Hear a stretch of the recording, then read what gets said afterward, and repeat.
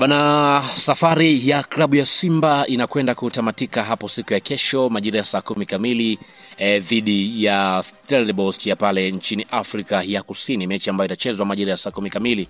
Na kwa upande wa Mwalimu Fadlu Davis tayari ameweza kuandaa jeshi lake ambalo analiamini na litakwenda kumtumikia vizuri kuelekea kwenye mchezo huo. Sasa kwa upande wa klabu ya Simba tayari wameshajiandaa na wamesema kwamba wanahitaji kupata ushindi kwenye mechi hiyo licha ya kuwa ugenini. Sasa tayari ninacho hapa kikosi chote, yani wachezaji ambao watakwenda kutumika moja kwa moja kuelekea kwenye mchezo huo. Sasa kabla sijakwenda hapa kukutajia wachezaji ambao watakwenda kuhusika kulingana na machaguo ya Mwalimu Fadlu Davis, nikukumbusha tu kwamba hii hapa ni Swahili Media. Kama bado hujaweza kusubscribe, basi nikuombe subscribe ili tuwe pamoja siku zote. Mimi naitwa Chicharito. Karibu sana kuweza tuweze kuangazia hapa kwa upande wa klabu ya Simba.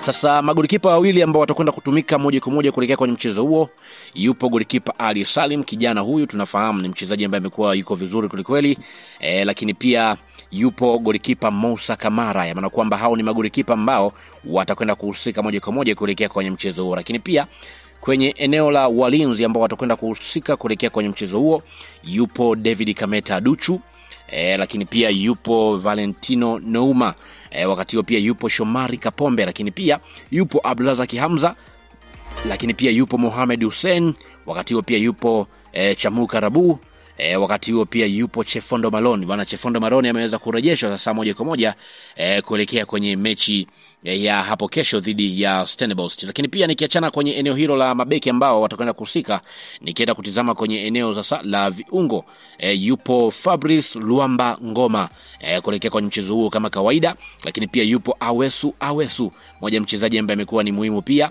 Wakati huo pia yupo Debra Fernandez Mavambo, naye pia atakwenda kutumika moja kwa moja. Wakati huo pia Jean Charles Awa, naye pia ni moja mchezaji ambao atakwenda kuhusika moja kwa moja.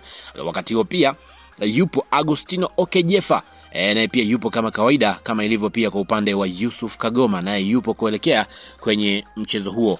Lakini pia nikienda kutizama kwenye eneo la wachezaji ambao wanacheza kwenye eneo la pembeni, yupo Kibu Daniels kuelekea kwenye mchezo huo, lakini pia yupo Ladaki Chasambi, wakati huo yupo pia Eli Mpanzu, wakati huo yupo pia Edwin Balua pamoja na Joshua Mutale. Hao ni wachezaji ambao wanacheza kwenye maeneo ya pembeni. Lakini pia washambuliaji ambao watakwenda kuhusika moja kwa moja kuelekea kwenye mchezo huo, yupo striker, wanakuambia kwamba striker mrefu kuliko goli.